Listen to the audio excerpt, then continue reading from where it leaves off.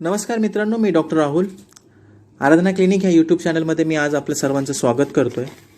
आज मी एका नवीन आजाराविषयी आपल्याशी चर्चा करतोय आणि त्या दृष्टीने आयुर्वेदामध्ये काय वर्णन आहे, त्या आजाराची काय ट्रीटमेंट आहे त्याविषयी आपल्याला चर्चा करणार आहे. रेस्टलेस लेग सिंड्रोम आणि उरुस्तंभ.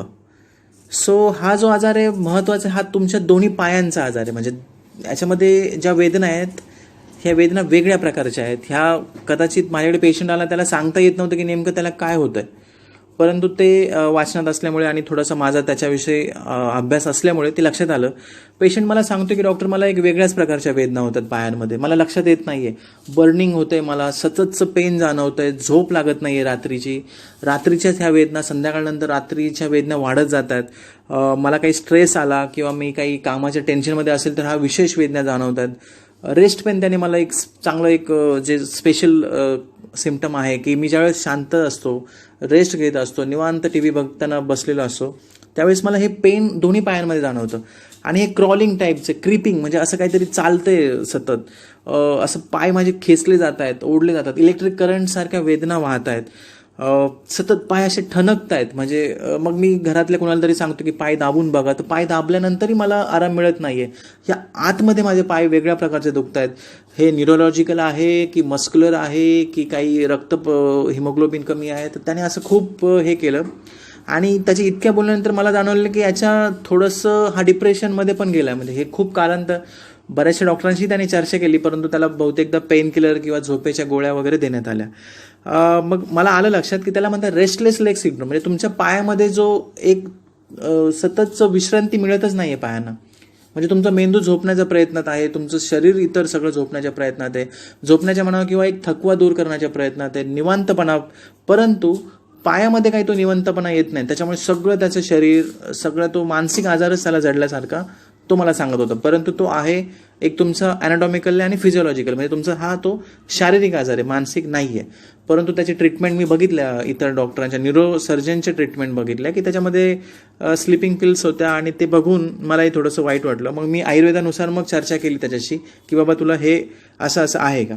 त्याचे भरपूर मी ब्लड रिपोर्ट बघितले, त्याच्यामध्ये व्हिटॅमिन B12 बघितलं, D3चे टेस्ट बघितले, ते होतं कमी, पण त्याची मेडिसिन तर त्याने घेतलेलं आहे. म्हणजे त्या विथ ड्यू कोर्स तो व्हायलाच पाहिजे होतं. म्हणजे त्या रिकव्हरी किंवा त्याची रेंज, व्हिटॅमिनची जी ह्या 2 रेंज आहेत त्या नक्कीच त्याच्यामध्ये आल्या असणार आहेत, त्या रेंजमध्ये. त्याला बरंच डॉक्टरांनी सजेस्ट केले की आयर्न डेफिशियन्सी असेल म्हणून हिमोग्लोबिनची इंजेक्शन त्याने घेतलेत, सलाईन मार्फत घेतलेत, टॅबलेट घेतलेले आहेत, ओरोफर XTचे टॅबलेट त्याने मागील 6 महिन्यापासून अल्टरनेट डे तो घेतोय. त्याच्यामुळे त्याला इतर हे झालेत. नंतर डॉक्टरांनी त्याला डोपामाइनची इंजेक्शन दिलेत, टॅबलेट दिलेत L-डोपा नावाने, पण त्याचा तो शॉर्ट टर्म कोर्स होता, तोही कंप्लीट झाला. तितकं त्याला बरं वाटलं, परत त्रास व्हायला लागले, त्याचे साईड इफेक्टही त्याला जाणवले.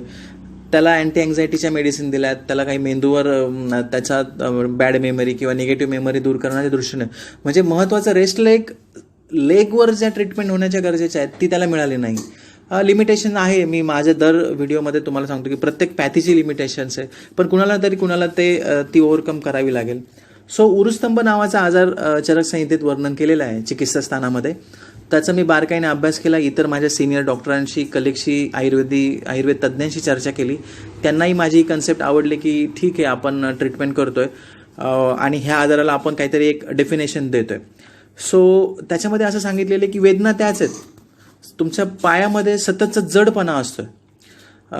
त्याच्यामध्ये वेदना म्हणजे असं जाणवतं की काहीतरी पाय, तुम्ही झोपलेत रात्री तर तुमचे पाय सतत कोणीतरी ओढतंय, चोळतंय, आतमध्ये जळजळ होते, आग होते पायांची, जी नॉर्मली डायबेटिक पेशंटला माहिती आहे की कशा प्रकारच्या वेदना, त्या बर्निंग सेन्सेशन, मुंग्या येणं वगैरे वगैरे. आणि त्यातून एक सततचा असा ताण येतो, नर्वसनेस जाणवतं, झोपच लागत नाही आहे, फार डीप स्लीप, म्हणजे ज्यावेळेस तुमचा मेंदू पूर्ण थकून जाईल त्यावेळेस ती तुम्हाला साऊंड स्लीप, म्हणजे नॉर्मली आपण म्हणतो की 6 ते 8 तास झोप घ्या, परंतु अशा व्यक्ती केवळ 2च तास निवांत झोपतात, बाकी तास झोपलेल्या असतात, परंतु सततचं त्यांना ते पायातून त्या वेदना जाणवतात.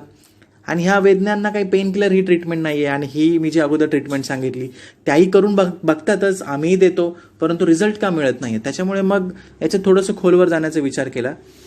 आता उरुस्तंभ नावाचा स्तंभ म्हणजे स्तंभता, तेच आपण मागच्या वेळेस जसं अँकलॉजिन स्पॉन्डिलायटिसमध्ये म्हटलेलं की स्तंभता येते, पाय जड होतात, सर्क्युलेशन थांबतंय, म्हणजे जो प्रॉपर ब्लड सर्क्युलेशन ते स्तंभता आल्यामुळे रिस्ट्रिक्शन आणि कन्स्ट्रिक्शन, रिस्ट्रिक्शन होते, म्हणजे प्रॉपर सगळे मल्टीविटॅमिन्स जे गरज आहे तिथे नर्व्हला, मसल्सला, बोनला आणि इतर सगळ्या घटकांना, सेल्स, टिश्यूला ती मिळत नाहीये. तिथे स्तंभता येते, रिस्ट्रिक्शन येतं आणि नंतर कन्स्ट्रिक्शन म्हणजे असं पाय सतत पिळल्यासारखे एक वेदना निर्माण होतात.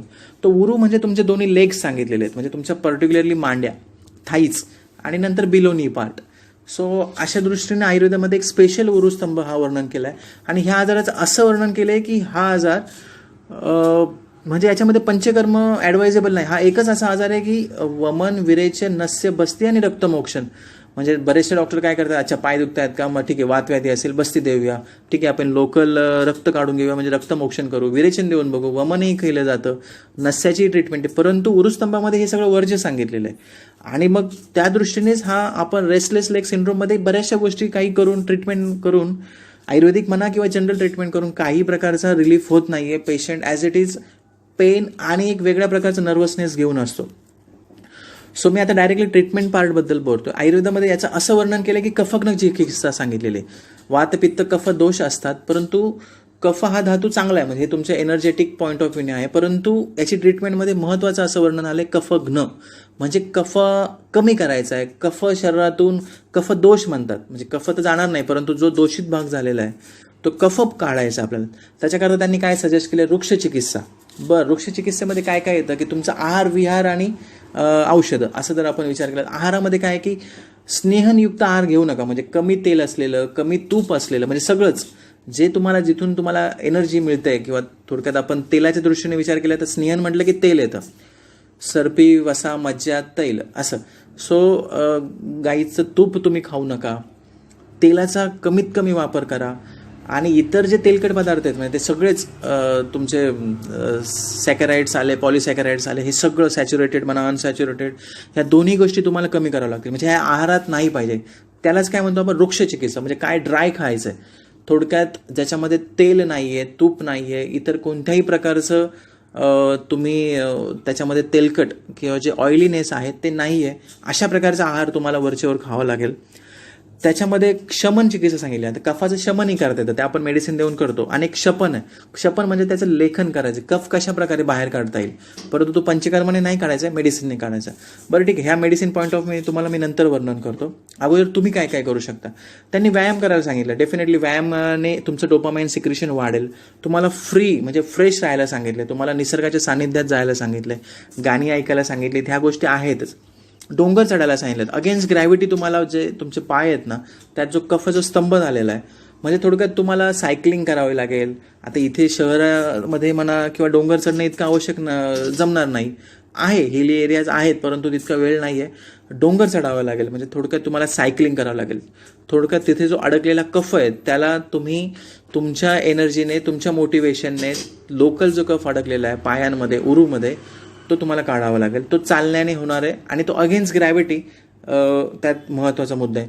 वाळूच्या भूमीवर चालायला सांगितलं, विदाऊट चप्पल. आता चप्पल म्हणा, सँडल म्हणा, हे सगळेच रोजच्या रोज घालतात, परंतु तुम्हाला वाळूच्या भूमीवर चालायचं आहे चप्पल नसताना, तर त्याचं एक त्यांनी रिझल्ट असं सांगितलं की त्या वाळू ही उष्ण असते, वृक्ष असते, त्यावर चालल्यानंतर तुमचे जे सगळे प्रेशर पॉईंट्स दाबले जातील, त्यातून जो कफ आहे आणि खूप चालल्यानंतर तो कफाचं त्याच्यात विलन होईल. कफ हा तुमच्या सर्क्युलेशनमधून येऊन निघून जाईल, त्याचं पचन होईल. दुसरं सांगितलं विरुद्ध दिशेने पोहणे सांगितले, म्हणजे स्विमिंग करणं गरजेचंच आहे, परंतु आता नॉर्मली स्विमिंग पूल्स आहेत, नदीमध्ये किंवा तलावामध्ये पोहता येत नाही, परंतु बायोन्सी इफेक्ट सांगितलं, म्हणजे ज्यावेळेस तुम्ही पाण्यावर तरंगल्यानंतर जी तुम्हाला एनर्जी लागते तरंगण्याकरता, त्याची एनर्जी तुमच्या पायातून जनरेट होते, त्यातून जो कफ अडकलेला आहे तो कफ निघून जातो. सो दॅट बायोन्सी इम्पॉर्टंट आहे. आणि अगेन्स्ट द वॉटर फ्लो, म्हणजे पाण्याच्या प्रवाहाच्या विरुद्ध दिशेने पोहायला सांगितले. पण आपण त्यातल्या त्यात असं समजूया की स्विमिंग करायचे आणि त्यातल्या त्यात ती स्विमिंग अशी हवी की तुम्ही पाण्यात तरंगून राहायचे विथ द लेग स्पीड, त्याच्यातून ते ट्रीटमेंट होईल. आणि महत्त्वाचं डाएट पार्ट असा की लेग्स जे पेन आहे त्याच्यामध्ये स्नेहन, तर ते तुमचं सगळं अँटी स्नेहन पाहिजे, म्हणजे खाण्यामध्ये सगळे वृक्ष आहार हवा आहे, म्हणजे त्याच्यातून तुम्हाला कमीत कमी पोषण मिळेल असं. कार्बोहायड्रेट डेफिनेटली कमी करा, साखर कमी करा, परंतु वृक्ष आहार म्हणजे ज्याच्यामध्ये तेल आणि तुपाचा कोणताही घटक नसतील असा आहार तुम्ही 1 ते 2 महिने घेऊन बघा. नक्कीच तुम्हाला नेक्स्ट 30 दिवसानंतर तुमचं लेग्स पेन हे जवळजवळ 70% कमी होईल, कारण तिथे कफ तयार होतच नाही आहे. आणि हे तुमचं विहार जो आहे, तुमचा जो एक्झरसाइज पार्ट मी जो सांगितला आहे, त्यातून जो कफ आहे तो सुद्धा निघून जाईल. दुसरं असं वर्णन केलेलं आहे की हे रात्रीच्याच वेळी जास्त याच्या वेदना जाणवतात. दिवसभरही वेदना असतात, परंतु तुमच्या माइंडला जो शॉकिंग पार्ट आहे की तो इव्हिनिंग राईज आणि नाईटला तर तो शूट होतो. तर ह्या ज्या वेदना आहेत त्याच्यामध्ये एक आहे की तुम्हाला रात्रीचं जेवण डेफिनेटली कमी करायला सांगितलं. ज्यावेळेस तुम्ही एम्प्टी स्टमक किंवा लेस स्टमक राहता, म्हणजे कमी जेवण करता किंवा थोडंसं लवकरच जसं सूर्यास्ता अगोदरच जेवण करायला सांगितलं, ह्या गोष्टी पॉसिबल नाही आहेत. प्रयत्न नक्कीच करा, कारण तो पार्ट ऑफ द ट्रीटमेंट आहे ह्या रेस्टलेस लेग सिंड्रोमच्या पेशंट करता. हा सिंड्रोम आहे, म्हणजे हा बऱ्याचशा आजारांचा एक प्रकार सिंड्रोम म्हणून त्याचं वर्णन केलेलं आहे. सो रात्रीचं जेवण कमी करा किंवा लवकर करा. त्याच्यामुळे काय होतं की तुमचं डायजेशनवर लोड येत नाही. तुमचं जे परत डायजेशन नंतर जे मेटाबॉलिझम आहे, ॲसिम्युलेशन आहे, मी दरवेळेस सांगतो, ते तिकडे लेग्सपर्यंत जाण्याकरता बॉडीला कमीत कमी एनर्जी यूज करावी लागते. त्यामुळे तुमच्या लेग्सला बऱ्यापैकी आराम मिळतो. तुम्हाला लवकर जाग येते सकाळी आणि तुमच्या वेदना ह्या खूप कमी झालेल्या तुम्हाला जाणवतात. तर हा एक मुद्दा आहे की लेस डिनर किंवा अर्ली डिनर आणि त्याच्यामध्ये वृक्ष आहार.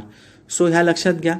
आणि त्याच्यामध्ये मी बरेचशी औषधं, एक माझ्याकडे स्पेशल मी बनवलेलं आहे औषध, त्याच्यामध्ये आपल्याला सांगायला मला हरकत नाही, परंतु ते हे कसं आहे औषध आपण बनवलेलं औषध आहे. त्याच्यामुळे ते नेमकं त्याच्यामध्ये नागरमोथा आहे, हिरडा आहे ज्याला हरड म्हणून ओळखलं जातं, पद्मकाठ आणि कुटकी आहे, आणि एक देवदारू मी टाकलेलं आहे, पिप्पली आणि पिप्पली मूल, असे 7 ते 8 औषधं त्याच्यामध्ये. ही सगळी वृक्ष औषध आहेत. हिरड्याचं काम काय आहे की तुमचं पक्वाशयावर काम केलं जातं, तुमचं मोशन कमी वाढवलं जातं, म्हणजे स्टूल कंटेंट वाढवला जातो. पिप्पली खूप चांगली आहे, वृक्ष आणि कटुगुणाची आहे. देवदारूही तसंच आहे, नागरमोथाही तसंच आहे. ही सगळी औषधं उष्ण गुणधर्म जी कफाच्या विरोधात आहेत, सगळी कफग्न आहेत, वृक्ष आहेत आणि उष्ण आहेत, आणि त्यांचा जो पाक होतो, जो विपाक होतो तोही कटू आहे. त्याच्यामुळे हे मी चांगलं, मला ह्या औषधापासून त्या पेशंटला, पर्टिक्युलर त्या पेशंटला खूप चांगला रिलीफ मिळाला. चूर्ण तो सकाळ संध्याकाळ गरम पाण्याबरोबर पितोय. दुसरं एक म्हणलेलं आहे मधुदक. आता मधुदक म्हणजे काय की मध आणि पाणी. आता बरेचदा तुम्ही ऐकताय की गरम पाण्याबरोबर मध खा, सकाळी सकाळी वजन कमी होईल, पण आयुर्वेद मध आणि गरम पाणी हे वर्ज्य मानतो. हे दोन्ही कॉम्बिनेशन अजिबात चांगलं नाही आहे. आयुर्वेदानुसार हे निषिद्ध आहे. सो मध आणि, म्हणजे मधाचं हा अगेन्स्ट कफ आहे, तुमच्या मेदाच्या आणि कफाच्या विरोधात आहे. आणि पाणी जस्ट अनुपान म्हणून. त्याच्यामुळे तुम्ही असं करा, 1 चमचा 2 वेळेस साधं पाणी घ्या, जे नॉर्मल असेल, साध्या टेम्परेचरचं, जे टॅप वॉटर म्हटलं जातं, फिल्टर्ड वन. तर त्याच्यामध्ये 1 चमचा मध टाका, ते मिक्स करा आणि असे दोनदा ते 1 ग्लास पाणी प्या सकाळ संध्याकाळ. हेही एक पार्ट ऑफ द ट्रीटमेंट, खूप चांगली ट्रीटमेंट आहे. आणि मी जे सांगितलेलं, जो मी नागरमोथा, हिरडा, कुटकी, देवदारू, पिप्पली आणि पिप्पली मूल, अशा ह्या चूर्णाचा मी प्रॉपर त्याच्या कॉम्बिनेशननुसार बनवलेलं औषध आहे. हे खूप चांगलं आहे. हे औषध तुम्हाला पाहिजे असेल तर ॲज इट इज की तुम्ही मला कॉन्टॅक्ट करा, कुरिअरने मी औषध ते पोहोचवलं जातं. कमीत कमी 3 महिने ही ट्रीटमेंट घ्या. आणि वृक्ष चिकित्सेबद्दलची जी ट्रीटमेंट आहे ही तुमच्या लक्षात आहे. वृक्ष आहार, वृक्ष विहार. वाळूवर चालायला सांगितले. वाळू, गरम वाळू असते, त्यावर तुम्ही चाला, तुमचं ते मेदक्षय आणि कफक्षय होईल. अशा प्रकारे रेस्टलेस लेग सिंड्रोमची ट्रीटमेंट केली जाते. याच्यामध्ये विटॅमिन D3, B12चं बी कॉम्प्लेक्स आहेतच, जे पेरिफेरल न्यूरोपॅथीच्या दृष्टीने आपण विचार केला जातो. पेन किलर फार सहसा देतच नाही मी. आणि आता लोहयुक्त आहार तुम्हाला घ्या. तुम्ही लोह कशामध्ये आहे? जांभळामध्ये लोह आहे, खजुरामध्ये लोह आहे, ॲपलमध्ये लोह आहे, पालकच्या भाजीमध्ये लोह आहे. अल्कलाईन डाएट मी सजेस्ट करतो वरच्यावर. त्याच्यामुळे घ्या आणि थोडंसं फ्रेश राहा. म्हणजे ओव्हर थिंकिंग, डिसीजचं लक्षणं वाढणार. त्याच्यामुळे ओव्हर थिंकिंग टाळा. ह्या गोष्टी सायकॅट्री रिलेटेड आहे. डोपामाइनची औषधं मी तरी कधी ट्राय केली नाही आहेत, परंतु जर तुम्ही सायकॅट्रिस्टकडे गेले किंवा न्यूरोलॉजिस्टकडे गेले आणि ह्या आजाराविषयी लक्षणं सांगितली तर ते हमखास सजेस्ट करतात, शॉर्ट टर्म करता की 1 महिने घ्या, 2 महिने घ्या, परंतु त्याची रिझल्ट इतके नाही आहेत. But yes, that medicine will work. ते मेडिसिन चांगलं काम करतं. किमान त्या दिवसाची वेदना, पुढील 2-3 दिवसाची वेदना त्याची कमी होतात, त्याला बरं वाटतं. परंतु हा आजार इंटरनल तुमच्या बॉडीमध्ये काहीतरी मेकॅनिझम चेंज झालं आहे.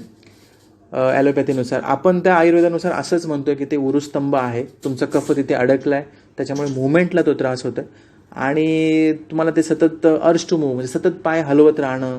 तुम्ही झोपतही असेल तरी तुमचे पाय हलत, घरातले म्हणतील तुम्ही जागेच आहे, परंतु ते फार त्रासदायक आहे, वेदनादायक आहे. आता जसं डायबिटीज ह्या आजाराविषयी आपल्या सगळ्यांना माहिती आहे, ब्लड प्रेशर म्हणा, किडनीचा एखादा आजार, मलेरिया, डेंग्यू, परंतु हा उरुस्तंभ आणि रेस्टलेस लेग सिंड्रोम याविषयी आयडियाच नाही आहे. डॉक्टरांनाही इतकं विशेष माहीत नाही किंवा दुर्लक्ष झालेला आजार आहे. आणि पेशंट तर 10% ऑफ द पॉप्युलेशन आहेत. म्हणजे जवळजवळ तुम्ही विचार करा, खूप झालेत. म्हणजे पेशंट तुमच्याकडे येतात, गुडघे दुखतात, पाय दुखतात म्हणून तुम्ही एखादं पेन किलर, व्हिटॅमिन लिहून देता, परंतु हा आजार मिस करताय तुम्ही. नमस्कार मित्रांनो, मी डॉक्टर राहुल. आराधना क्लिनिक ह्या यूट्यूब चॅनलमध्ये मी आज आपलं सर्वांचं स्वागत करतोय.